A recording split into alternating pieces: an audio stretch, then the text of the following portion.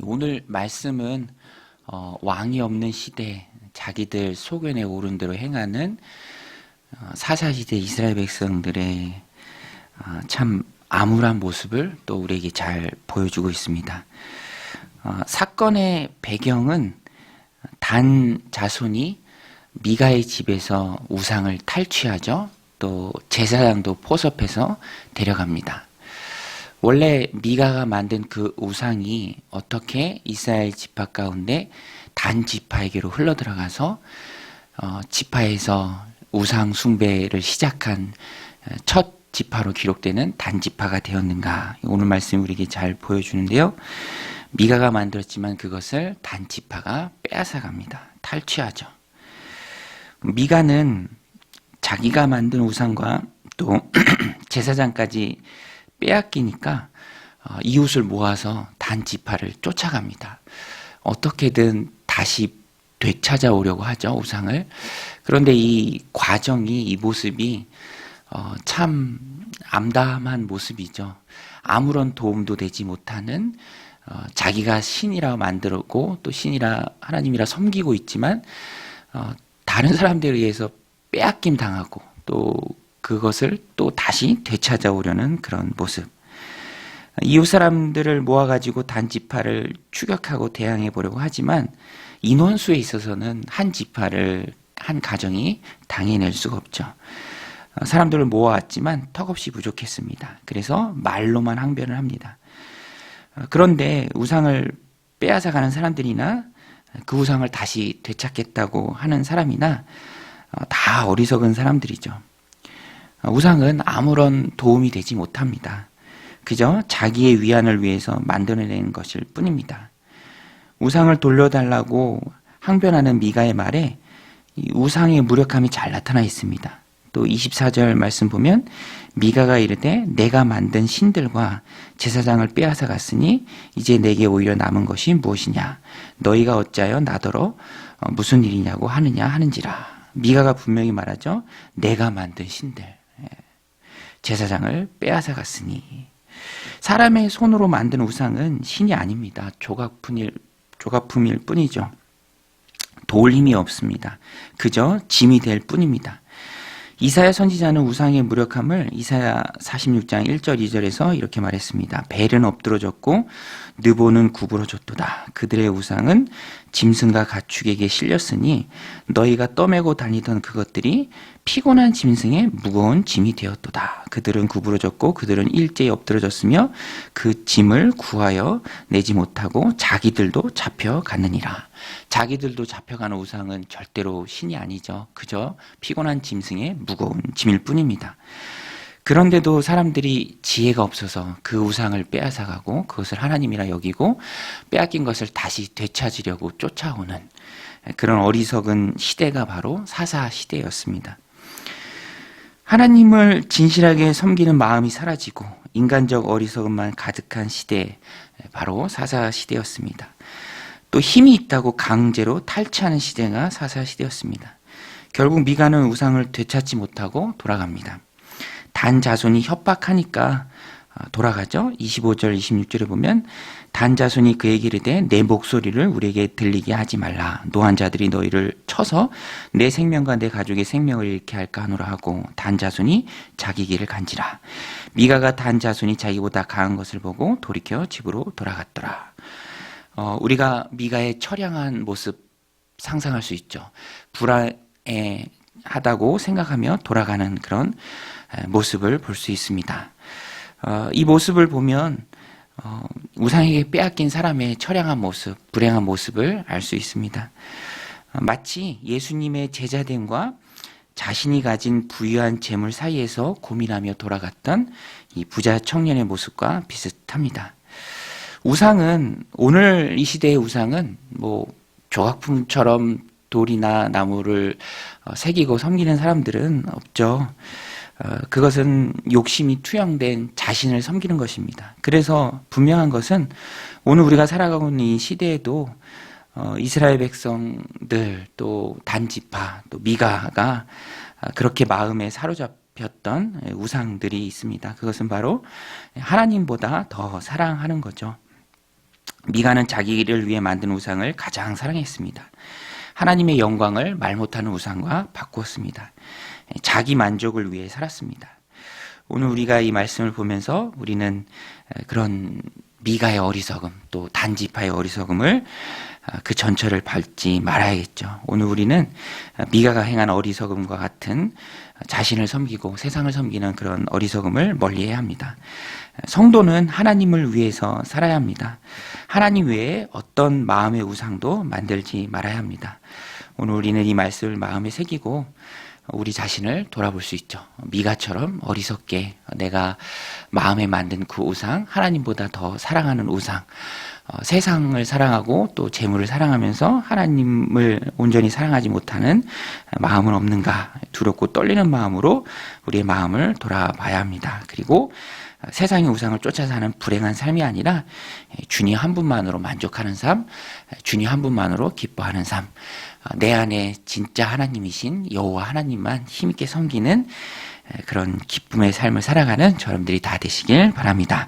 27절로 31절은 또 그렇게 우상을 뺏어간 단지파가 어떻게 행하는지 잘 보여주고 있습니다. 그들은 사실 땅을 분배받은 기업은 아모리 족속이 차지한 땅이에요. 그러니까 아모리 족속을 몰아내고 그 땅을 차지해야 하는데 아모리 족속이 너무 강하니까 거기서 이제 견디지 못하고 도망 나와서 다른 땅으로 갑니다. 그런데 그들이 눈독 들인 그 땅은 라기스 백성들이 거하는 땅인데요. 미가의 신상과 에봇과 드라빔 제사장을 취해서 그 땅을 이제 빼앗습니다. 그런데 그 땅이 어떤 땅이냐? 성경이 묘사하는 그 땅은 선량함으로 표현합니다. 라기스 사람들 한가하고 걱정 없이 사는 평화롭게 사는 사람들이었습니다. 그런데 이런 사람들을 단지파가 사륙했죠. 이것은 정복 전쟁의 거룩한 성격이 아니라 탈취하는 것이고요. 또 억지로 빼앗는 것이고 사륙하는 것입니다. 27절에 보면 단 자손이 미가가 만든 것과 그 제사장을 취하여 라기스에 이르러 한가하고 걱정 없이 사는 백성을 만나 칼날로 그들을 치며 그 성읍을 불사르되. 원래 자신들이 받은 기업 아모리 족속을 몰아내는데 이러한 열심을 냈어야 옳습니다. 거기에는 밀려서 차지하지 못하고 라기스까지 와서 평화로운 백성을 치는 것은 평화를 깨는 행위였습니다. 또 미가의 집에서 포섭한 레위인의 정체를 30절에서 잘 말해주는데요. 그가 누구였느냐? 우리가 흠칫 놀라게 되는데 모세의 손자였습니다.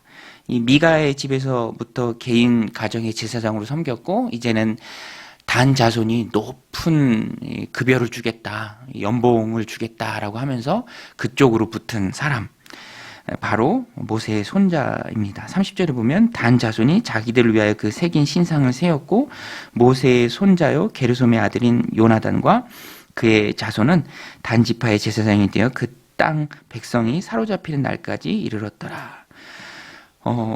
엉뚱한 곳에서 엉뚱한 일을 하는 우상 숭배자에 지나지 않는 그 사람이 바로 모세의 손자였다라는 것입니다. 놀랍죠. 모세의 가문의 후손.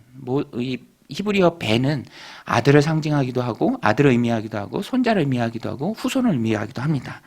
이 모세의 가문의 후손이 바로 요나단인데 그가 바로 우상 숭배의 주동자였습니다. 이 모세의 가문에서 우상 숭배의 주동자가 나온 것을 보면서 우리가 깨닫는 게 무엇입니까? 이 죄 짓는 사람은 정해진 것이 아니다라는 것입니다. 가지고 있는 어떤 타이틀이 개인의 경건을 지켜주는 것이 아니고요. 늘 깨어서 기도하지 않으면 누구라도 죄에 빠질 수 있다라는 것입니다. 거기에서는 모세의 자손도 예외가 아닙니다. 그러므로 오늘 우리는 항상 깨어 기도해야 합니다. 어떤 것이 하나님 인정하시는 바른 길인지, 어떤 것이 하나님 기뻐하시는 일인지 분명하게 믿음에 따라, 신앙에 따라 선택할 수 있어야 합니다. 그렇지 않고 요나단처럼 재물의 마음을 빼앗기고 또 돈의 마음을 빼앗기면 엉뚱한 곳에 가 있게 된다라는 것입니다. 성도는 항상 깨어 기도해야죠. 여러분, 깨어 기도하는 우리가 되시기를 주님의 이름으로 축원드립니다. 깨어 기도할 때 죄에 빠지지 않고요. 깨어 기도할 때 하나님 기뻐하시는 인생을 살아갈 수 있습니다. 예수님께서도 그래서 제자들에게 시험에 들지 않게 깨어 기도하라 라고 말씀해 주셨습니다. 내가 가지고 있는 타이틀이 나를 지켜주는 게 아니라 깨어 기도하는 시간이 나를 지켜준다라는 것입니다. 세상에 휩쓸릴 일이 참 많이 있죠. 엉뚱한 곳에, 엉뚱한 공동체에, 엉뚱한 사람들이 많은 곳에 발을 담그고 휩쓸려 가서 정말로 시간을 낭비할 일이 세상에 참 많이 있다라는 것입니다. 그러한 것들을 막을 수 있는 것은 내가 하나님 앞에 깨어 기도하는 것입니다.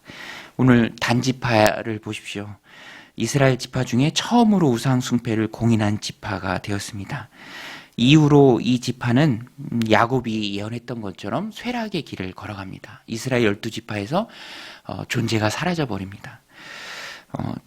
이것이 바로 이들이 행했던 이 악한 일 때문이죠.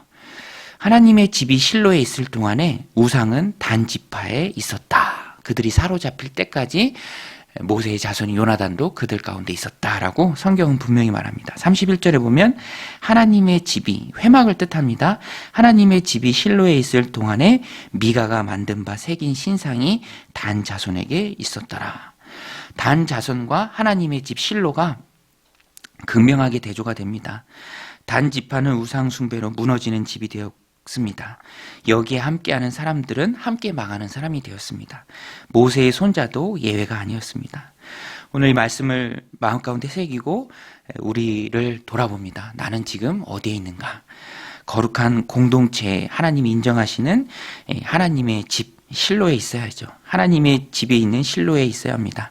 이것이 오늘 말씀이 우리에게 주는 메시지입니다. 재물의 마음을 빼앗기고 자신의 욕심이 투영된 그 우상의 마음을 빼앗기고 함께했던 사람들은 다 불행한 사람들이었습니다. 모세의 자손인 요나단도 예외가 아니었습니다. 오늘 우리는 이 말씀을 마음에 새기고 항상 기도로 깨어 있어서 하나님이 인정하시는 그 길 위에 서 있고 세상 등지고 주님 뜻대로 살아가며 축복의 공동체에 날마다 거하는, 그래서 하나님 부어주시는 하늘의 복, 땅의 복을 받아 누리는 저 여러분들이 다 되시기를, 오늘 하루 되시기를 주님의 이름으로 간절히 축원드립니다. 우리 같이 말씀 붙들고 함께 기도할 때 하나님, 요나단처럼 기독교 명문 가정에 있으면서도 세상의 마음을 빼앗겨서 그곳으로 넘어가는 것이 아니라 하나님 기뻐하시는, 하나님 인정하시는 그 실로의 집에 항상 거하는 우리가 되게 하여 주옵소서. 마음의 우상들이 있습니까? 다 찍어버리게 하시고 오로지 여호와 하나님만, 우리 주님만 열심히 섬겨나가는 우리 인생들, 또 사랑하는 우리 자녀들 되도록 하나님 함께하여 주옵소서. 날마다 축복의 공동체 안에 거하는 우리가 되게 하여 주옵소서. 함께 기도하겠습니다. 하나님 아버지, 새벽에도 저희들 깨어 기도하게 하시며